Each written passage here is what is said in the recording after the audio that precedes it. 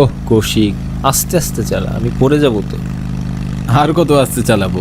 আর আস্তে চালালে আর বাড়ি ফিরতে হবে না, কাল সকালে ফিরিস। আমার কথার উত্তরে সুজন আর কোনো কথা বলল না। আমি আর আমার বন্ধু সুজন আজ প্রায় 2 মাস পরে গ্রামের বাড়ি ফিরছি। আমরা খুব ভালো বন্ধু। ছোট থেকেই আমরা একসাথে বড় হয়েছি। আমরা পড়াশোনা শেষ করে শহরে চাকরি নিয়েছি। আজ মোটরসাইকেলে করে শহর থেকে গ্রামে ফিরছি। সুজন মোটরসাইকেলে চলাচল করতে একদমই পছন্দ করে না, কিন্তু আমার মোটরসাইকেলে চলাচল করতে বেশ ভালো লাগে। এই কৌশিক, বড্ড খিদে পেল যে, কটা বাজে দেখতো। আমি ঘড়ির দিকে তাকিয়ে দেখলাম, তখন রাত প্রায় 10টা বাজে। 10টা বাজে সুজন, আমারও খুব খিদে পেয়েছে রে। বাড়ি পৌঁছাতে আর 2 ঘন্টার মতো সময় লাগতে পারে। চল আমরা কিছু খেয়ে নেই বরং।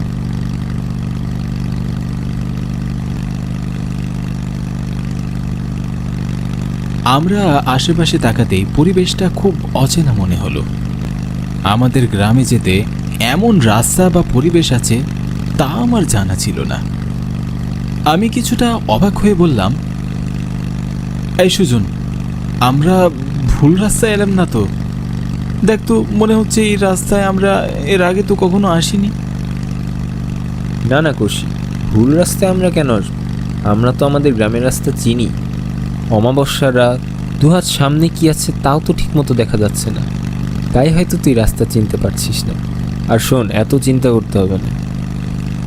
আমরা আশেপাশে একটু ভালো করে তাকালাম।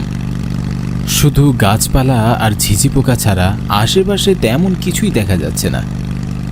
ঘুটঘুটে অন্ধকার, আর রাতে দেখা না যাওয়ারই তো কথা। আমার কেন যেন বেশ ভয় করছে, কিন্তু আমি ভয় পাচ্ছি তা সুজনকে বুঝতে দিলাম না।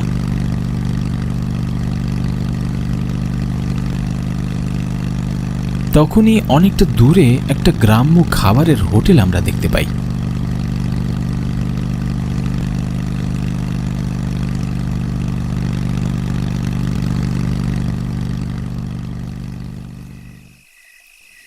আশেপাশের পরিবেশটা ভুতুড়ে হলেও হোটেলটা বেশ জাঁকজমকপূর্ণ মনে হলো। আমি আর সুজন খুশি হয়ে গ্রাম্য খাবার হোটেলটার দিকে এগিয়ে যাই। হোটেলে আরও বেশ কয়েকজন কাস্টমার ছিলেন। ওনারা বেশ তৃপ্তি করেই খাবার খাচ্ছিল। ওনাদের দেখে মনে হলো হোটেলে অনেক ভালো খাবারের মান আছে। আমাদের দেখে হোটেল ম্যানেজার চাচা বললেন, আসুন বাবু আসুন, কি খাবেন? আমাদের এখানে খুব ভালো খাবার আছে, খুব ভালো খাবার পাওয়া যায়। আচ্ছা আচ্ছা, ঠিক আছে। কি কি খাবার আছে আপনাদের খাবার হোটেলে? আপনারা কি খেতে চান তাই বলুন বাবু, আমাদের এখানে সব ধরনের খাবার পাওয়া যায়। আমরা যা খেতে চাইবো তাই আপনি এনে দেবেন? একবার বলেই দেখুন না বাবু। বেশ, আমাদের তাহলে মোরগ পোলাও আর কোল্ড ড্রিঙ্কস দিন। আমরা হোটেল ম্যানেজারকে অর্ডার দিয়ে খাবার টেবিলে গিয়ে বসলাম। কিছুক্ষণ পর আমাদের খাবার দিয়ে গেল।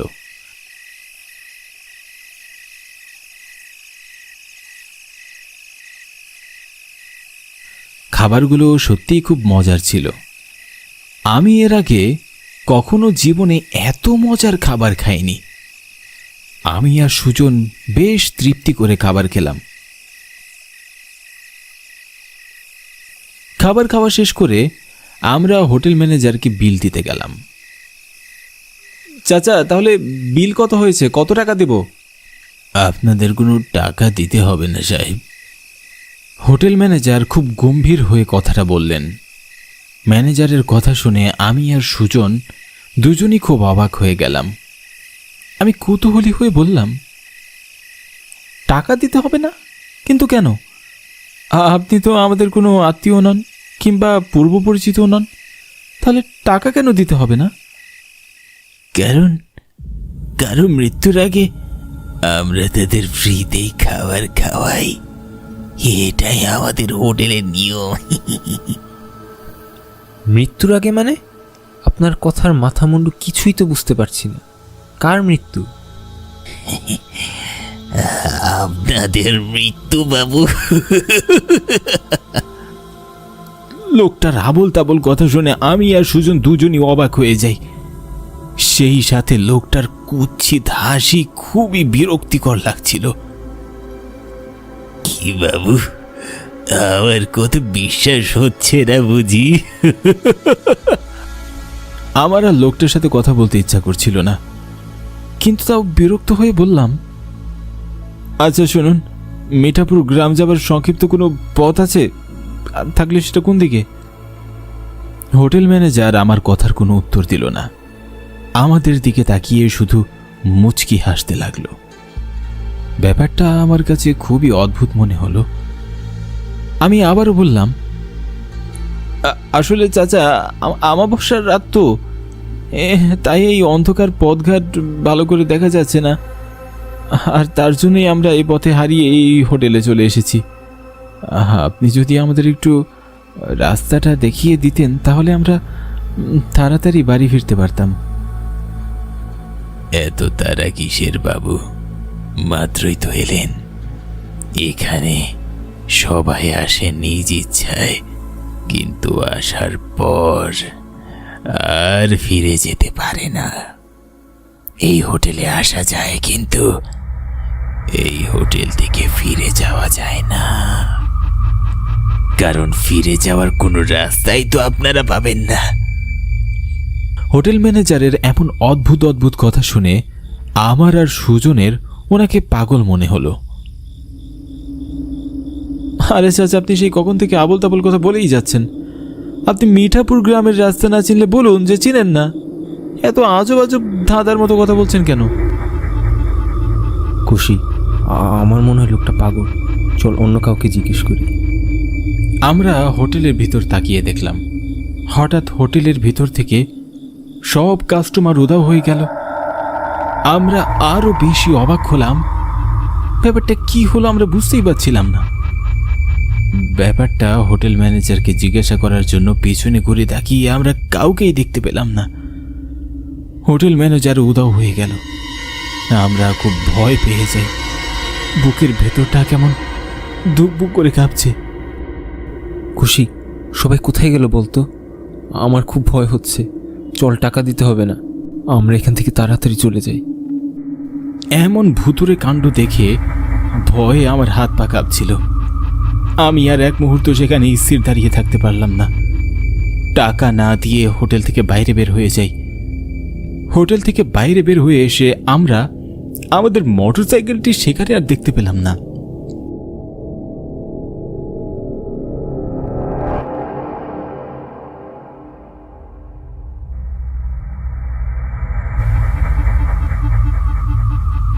এ কি, মোটরসাইকেল কোথায় গেল?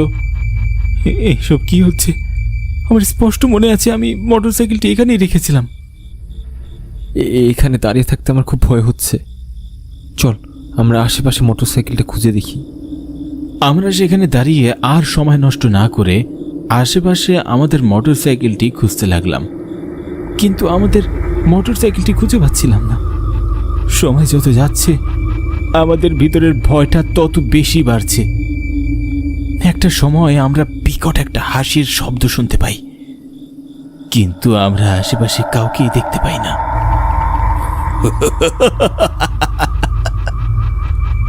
কে কে এমন করে হাসে?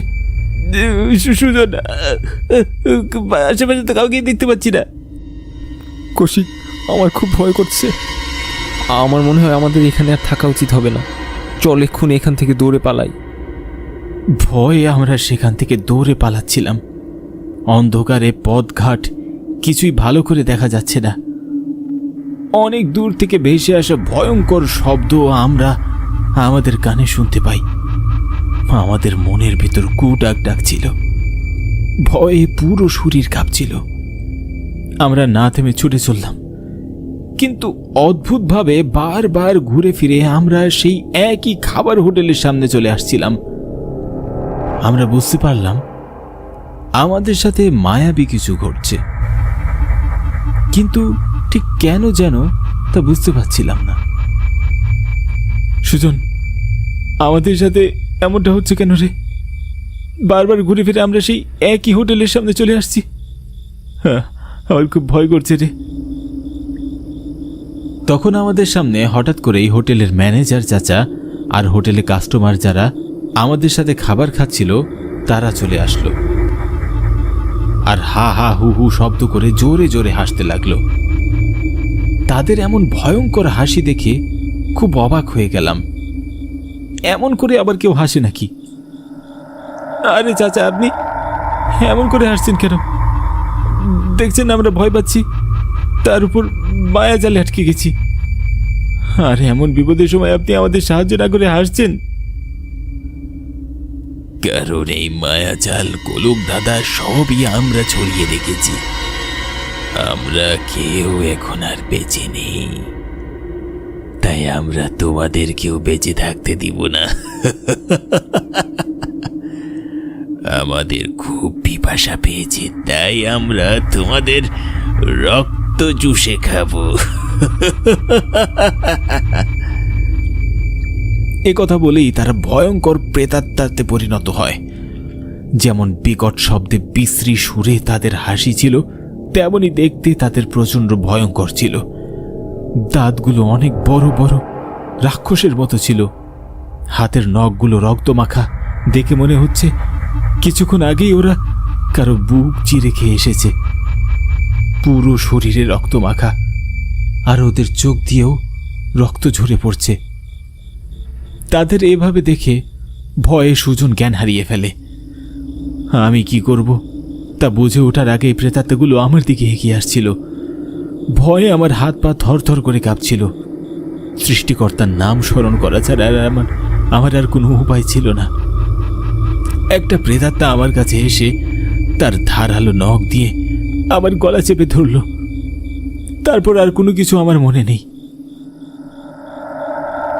পানির ঝটকা, লোকজনের ডাকাডাকি, আর সূর্যের আলোর কড়া তাপে আমরা আমাদের জ্ঞান ফিরে পাই। চোখ খুলে আমরা আমাদের চারিদিকে লোকজনের ভিড় দেখতে পেলাম। একজন লোক বলল, আরে আরে, তোমরা রাতের বেলা এই পথ দিয়ে যাতায়াত করছিলে কেন? তোমাদের কি প্রাণের ভয় নেই নাকি? তোমরা জানো না এই রাতের বেলা এই পথ দিয়ে লোকজন যাওয়া আসা করে না? কিন্তু চাচা, কেন? আজ থেকে 2 বছর আগে রাতের বেলা শর্ট সার্কিট হয়ে এই হোটেলের সকল মানুষজন মারা যায়। এরপর থেকেই হোটেলের পাশ দিয়ে কেউ আর রাতের বেলায় যাওয়া আসা করে না। আর যদিও বিশেষ কারণে যাতায়াত করে, তাহলে যাবার পথে এখানে একটি প্রণাম করতে হয়। যারা প্রণাম করে না তাদেরকে বিভিন্নভাবে ভয় দেখানো হয়, আর যারা প্রণাম দেয় তাদের কিচ্ছু হয় না।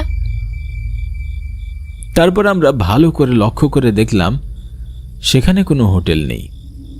তারপর আমরা বাড়ি ফিরে যাই এবং আমরা আর কখনোই সে পথ দিয়ে যাতায়াত করি।